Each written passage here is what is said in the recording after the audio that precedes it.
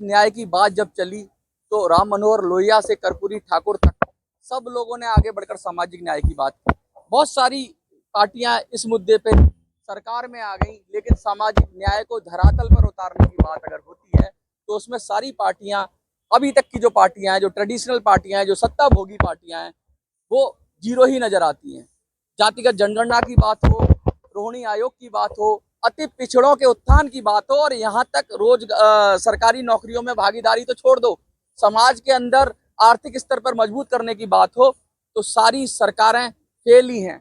लेकिन अब एक नई पार्टी आई है, न्याय पार्टी। पार्टी तो नई नहीं है, मुद्दा बहुत पुराना है, मुद्दा भी पुराना है, पार्टी भी पुरानी है, लेकिन जो न्याय की बात कर रहे हैं, जो लगातार मुद्दों की बात कर रहे हैं और बड़ी तत्परता से उन मुद्दों को अपने, जो कहते हैं अपने घोषणा पत्र कह लो या अपने एजेंडा कह लो, उसमें प्रमुखता से उन्होंने उसको महत्व दिया है। बाकी पार्टियां और मुद्दों को महत्व देती हैं, लेकिन सामाजिक न्याय के मुद्दे को इतने महत्वपूर्ण तरीके से उठाने वाली पार्टी है। और उसी पार्टी के राष्ट्रीय अध्यक्ष हमारे साथ हैं। बहुत सारी पार्टियां उठाती हैं, पिछड़ों का वोट लेती हैं, सरकार बनाती हैं और फिर भूल जाती हैं।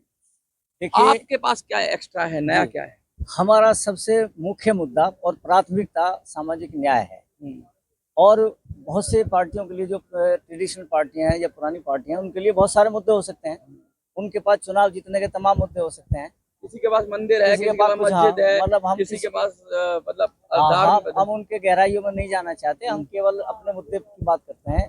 सामाजिक न्याय इस देश के लिए उतना ही जरूरी है जितना किसी भी इंसान के लिए रोटी खाना, भूख मिटाना। सामाजिक न्याय के बिना देश की जो खुशहाली है उसका रास्ता आगे नहीं बढ़ सकता। जिस तरह चौधरी चरण सिंह ने कहा था कि हमारी तरक्की का रास्ता, खुशहाली का रास्ता खेतों से होकर के जाता है। हमारा इस विषय में ये कहना है कि देश की खुशहाली का रास्ता सामाजिक न्याय की गलियों से होकर के जाता है। जब तक आप समाज के प्रत्येक व्यक्ति को न्याय नहीं दोगे, प्रत्येक व्यक्ति को बराबरी का मौका नहीं दोगे, प्रत्येक व्यक्ति को शैक्षिक और सामाजिक स्तर पर सम्मान नहीं दोगे, उसके अपलिफ्टमेंट की बात नहीं करोगे, तो कुछ लोगों के मजबूत होने से या कुछ लोगों के संपन्न होने से, कुछ लोगों के खुशहाल होने से देश खुशहाल नहीं हो जाता। दुनिया में दो तरह की विचारधाराएं मोस्टली हैं।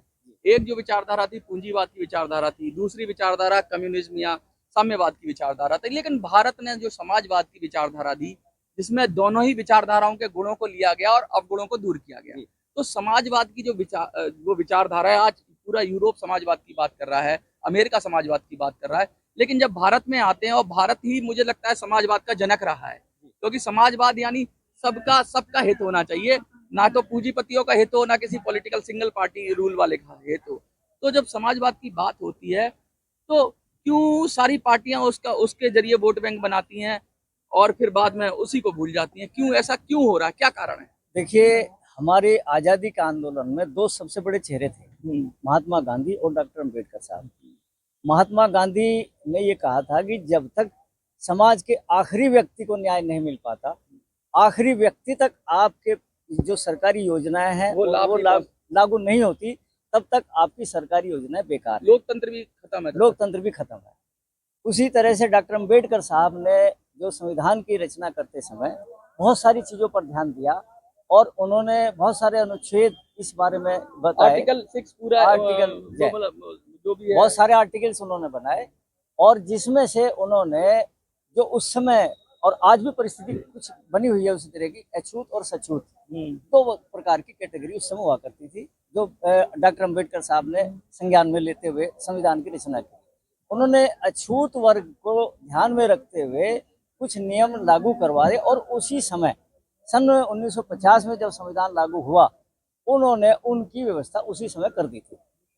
तो इसीलिए उन्हें जो है सभी निकायों में आरक्षण का लाभ, रिजर्वेशन का लाभ, लेकिन पिछड़े रह ही गए। लेकिन पिछड़े वर्ग को उस समय वो केवल एक अनुच्छेद 340 का प्रोविजन कर गए थे, और उसमें उन्होंने लिखा था, नींव की ईंट तो लगाई गई, एक नींव की ईंट लगा गए थे। उसमें उन्होंने ये कहा था कि अनुच्छेद 340 में उन्होंने साफ लिखा था कि राष्ट्रपति महोदय को ये अधिकार दिया जाता है कि वो पिछड़े वर्ग से, मतलब जो शैक्षणिक और जो सामाजिक स्तर पर पिछड़े हुए लोग हैं, उनके बारे में आयोग बैठाएं, अध्ययन कराएं उनका, और आयोग जो रिपोर्ट दे उस पर जो है सम्यक विचार उपरांत के बाद वो उस पर विचार हो। मंडल आयोग आया, मंडल आयोग, काका कालेलकर की बहुत सारी आयोग आया, रिपोर्ट बहुत आई, सारी अभी रोहिणी आयोग का वर्तमान सरकार ने 2 अक्टूबर 2017 में रोहिणी आयोग का गठन किया और रोहिणी आयोग का गठन उनके लिए कहा गया कि आप 12 हफ्ते में अपनी रिपोर्ट जो पिछड़े वर्ग के अध्ययन वो करके सरकार को सौंप दे। लेकिन वो चूंकि 3-4 हजार जातियां हैं हमारे यहाँ। अच्छा, इसमें एक सवाल फिर आप बहुत अच्छा बोल रहे हैं, इसी रिदम में रहिए आप। एक सवाल ये है कि पिछड़े और अति पिछड़े, कुछ जातियां तो बहुत मजबूत हो गई हैं, कुछ जातियां, बहुत सारी जातियां ऐसी हैं जिनको अभी तक, जिनके अंदर कुछ है ही नहीं, इसीलिए अभी वर्गीकरण की भी बात हुई थी जो एससी में हुआ।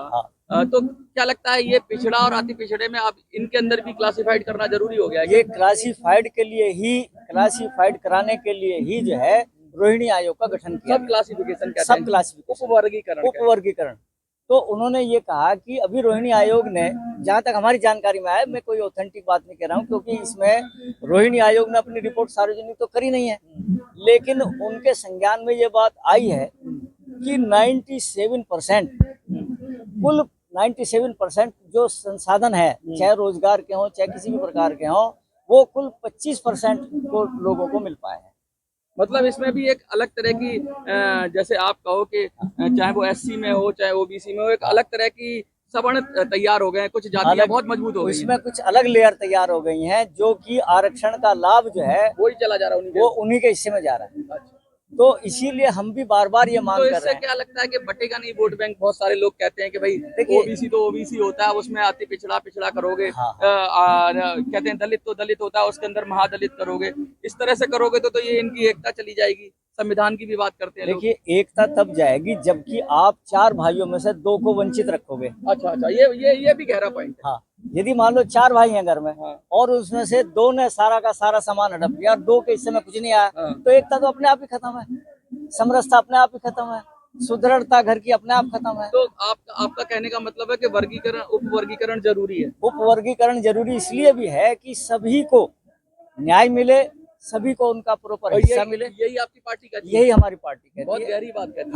हाँ, हमने ये कहा है कि सबसे पहले, बहुत लोग नाराज भी हो जाएंगे। देखिए, नाराज तो पड़े हो जाओ, बड़ी बड़ी जातियां नाराज हो जाएंगी। बड़ी जातियों के नाराज होने से हमें फर्क नहीं पड़ता। वोट बैंक है सर वो। देखिए, वोट बैंक देश की सरकारें बनाते बिगाड़ते हैं। हम यहाँ पर जंतर मंतर पर वोट बैंक के लिए नहीं खड़े हुए हैं। हम आपको बिल्कुल स्पष्ट बता देना चाहते हैं, आपके माध्यम से समाज के उत्थान के लिए खड़े हैं।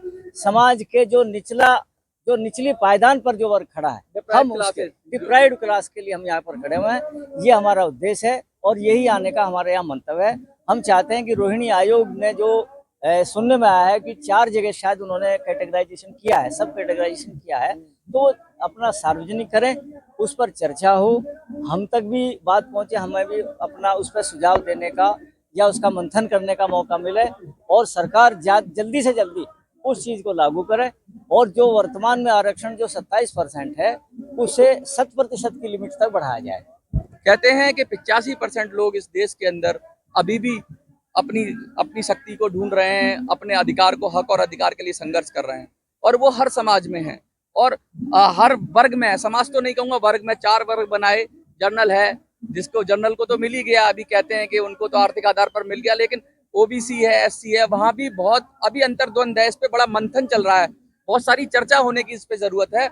रोहिणी आयोग जैसे बना, सर ने बताया कि उसके जरिए बहुत ज्यादा अति पिछड़ों के बारे में बताया गया कि किस तरह उनकी दयनीय हालात है। तो इन सबको मद्देनजर रखते हुए क्या फिर आरक्षण के ऊपर फिर से और उसका क्या बढ़ाया जाना चाहिए, स्कोप बढ़ाया जाना चाहिए, जिससे ज्यादा से ज्यादा लोगों तक पहुंचे? क्या आरक्षण का जो बंटवारा है, जो आरक्षण के अंदर जो शक्ति का बंटवारा है, या जो मिलता है, वो उसका उस बंटवारे के लिए फिर से उपवर्गीकरण होना चाहिए, सब क्लासिफिकेशन जैसे कहते हैं। बहुत सारी बातें हैं, लोगों के अलग अलग मत होंगे, इनके मत अलग हैं, कुछ लोगों के मत अलग होंगे। आपको क्या लगता है? कमेंट में लिखिए और देखते रहिए।